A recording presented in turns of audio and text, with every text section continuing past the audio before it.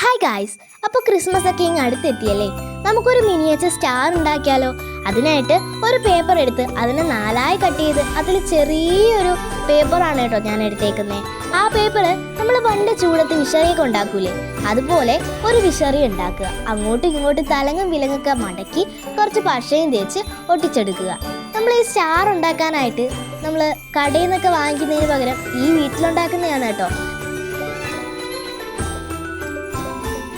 ഇനി നമുക്കൊരു കത്രിക എടുത്ത് ഇതിൻ്റെ സൈഡിൽ കൂടെ ഒന്ന് വെട്ടിക്കൊടുക്കാം. ഞാനിവിടെ ഇതിന് 4 പേപ്പറാണ് കേട്ടോ എടുത്തിട്ടുള്ളത്. ആ 4 പേപ്പറും നമ്മൾ നേരത്തെ പോലെ തന്നെ വിഷറിയാക്കി എടുക്കുക.